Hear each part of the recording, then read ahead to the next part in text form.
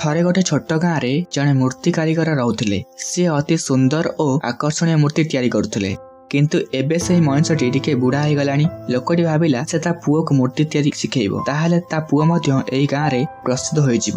ଯେତେବେଳେ ବ୍ୟକ୍ତି ଜଣକ ତା ପୁଅ ସହ ଏହି ବିଷୟରେ କଥା ହେଲା, ସେତେବେଳେ ପୁଅ ମଧ୍ୟ ରାଜି ହୋଇଯାଇଥିଲା।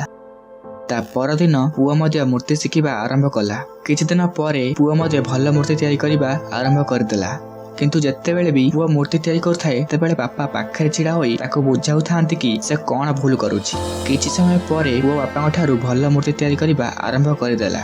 ଗାଁର ଲୋକ ମଧ୍ୟ ବାପାର ମୂର୍ତ୍ତି ଅପେକ୍ଷା ପୁଅର ମୂର୍ତ୍ତିକୁ ଭଲ ବୋଲି କହିବା ଆରମ୍ଭ କରିଦେଇଥିଲେ। ପୁଅ ସବୁ କଥା ଶୁଣି ବହୁତ ଖୁସି ହେଲା। ପୁଅର ଏତେ ପ୍ରଶଂସା ଶୁଣିବା ପରେ ପୁଅ ଅପେକ୍ଷା ବାପା ଆହୁରି ଖୁସି ହୋଇଗଲେ। କିନ୍ତୁ ଏବେ ଯେତେବେଳେ ବାପା ପୁଅକୁ ନିଜ ପୁଅ ଦ୍ୱାରା ନିର୍ମିତ ମୂର୍ତ୍ତିରେ ହୋଇଥିବା ଭୁଲ ବିଷୟରେ କହୁଥିଲେ, ସେତେବେଳେ ପୁଅ ବାପାଙ୍କୁ କହିଲା ଯେ ମୁଁ ତୁମଠାରୁ ଭଲ ମୂର୍ତ୍ତି ତିଆରି କରିବା ଜାଣିଛି ଏବଂ ତୁମ ଦ୍ୱାରା ତିଆରି ମୂର୍ତ୍ତି ଅପେକ୍ଷା ମୋ ମୂର୍ତ୍ତିର ମୂଲ୍ୟ ଅଧିକା। ଏବେ ତୁମେ ମୋତେ ପରାମର୍ଶ ଦେବା ଦରକାର ନାହିଁ।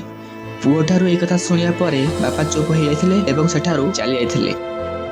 ପୁଣି କିଛି ଦିନ ପରେ ପୁଅଟି ତା ବାପାଙ୍କୁ କହିଲା, ମୋତେ ଲାଗୁଛି କି ମୁଁ ବନେଇଥିବା ମୂର୍ତ୍ତି ଗୁଡ଼ିକର ମୂଲ୍ୟ ଏତିକି ହେବା କଥା ନୁହେଁ ଯେତିକି ଏବେ ଅଛି। ମୋତେ ଲାଗୁଛି କି ଆଉ ଗୋଟେ ଦୋକାନ ଖୋଲିକି ମୂର୍ତ୍ତି ବିକିବା ଉଚିତ ହବ। ଏଥିରେ ମୋର ଅଧିକା ଫାଇଦା ହବ। ବାପା କହିଲେ, ଠିକ୍ ଅଛି, ତୁମେ ନୂଆ ଦୋକାନ ଖୋଲିଦିଅ। ପୁଅଟି ନିଜର ଅଲଗା ଦୋକାନ ଖୋଲିଲା ଆଉ ନିଜ ମୂର୍ତ୍ତିର ଦାମ ତା ବାପାଙ୍କ ମୂର୍ତ୍ତି ଠାରୁ ଅଧିକ ରଖିଲା। ଏବେ ଯୋଉ ଲୋକ ବାପାଙ୍କ ମୂର୍ତ୍ତି ଅଧିକ କିଣୁଥିଲେ, ସେମାନେ ପୁଅର ମୂର୍ତ୍ତି ଯାହାର ଦାମ ଅଧିକ ଥିଲା ତାକୁ ବି କିଣିବା ଆରମ୍ଭ କରିଦେଲେ। ପୁଅଟି ବହୁତ ଖୁସି ହେଲା, କାରଣ ପୁଅଟି ତା ବାପା ଠାରୁ ଅଧିକ ସୁନ୍ଦର ଆଉ ଭଲ ମୂର୍ତ୍ତି ବନେଇ ପାରୁଛି। କିଛି ଦିନ ପର୍ଯ୍ୟନ୍ତ ଏମିତି ଚାଲିଲା। କିନ୍ତୁ କିଛି ଦିନ ପରେ ଲୋକମାନେ ପୁଅଟିର ମୂର୍ତ୍ତିକୁ ଦେଖିବା ବନ୍ଦ କରିଦେଲେ। ଏବେ ଲୋକ ବାପାଙ୍କର ଦୋକାନକୁ ବହୁତ ଯାଉଥିଲେ ଆଉ ସେଇଠୁ ମୂର୍ତ୍ତି କିଣୁଥିଲେ।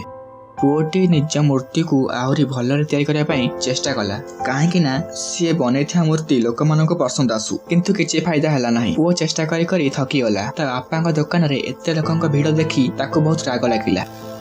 ପୁଅଟି ତା ବାପାଙ୍କ ପାଖକୁ ଗଲା ଆଉ କହିଲା, ତୁମେ ତୁମ ମୂର୍ତ୍ତି ଗୁଡ଼ିକରେ ଏମିତି କଣ କଲ କି ଲୋକମାନେ ତୁମ ଦୋକାନରୁ ମୂର୍ତ୍ତି କିଣୁଛନ୍ତି, ମୋ ଦୋକାନକୁ କେହି ଦେଖୁ ବି ନାହାନ୍ତି। ବାପା ଏକଥା ଶୁଣିକି ହସିଲେ ଆଉ କହିଲେ, ଏମିତି ଏଥିପାଇଁ ହେଲା, ତୁମେ ଭଲ ମୂର୍ତ୍ତି କେମିତି ବନାଯାଏ ସେଇଟା ତୁମେ ଶିଖିବା ବନ୍ଦ କରିଦେଲ।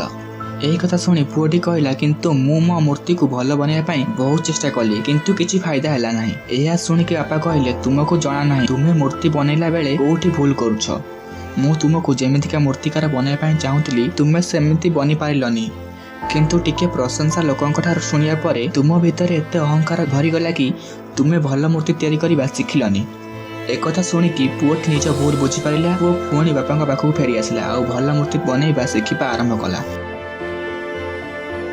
ଆମେ ଯୋଉ କାମ କରିଥାଉ ସେଇ କାମକୁ ଆମେ ସବୁଦିନ ଶିଖିବା ଉଚିତ। ସେ ଭୁଲରେ ହେଉ କିମ୍ବା ଅନୁଭବ ଦ୍ୱାରା ହେଉ, କେବେ ବି ନିଜ ଉପରେ କିମ୍ବା ନିଜ କାମ ଉପରେ ଅହଙ୍କାର କରିବା ଉଚିତ ନୁହେଁ।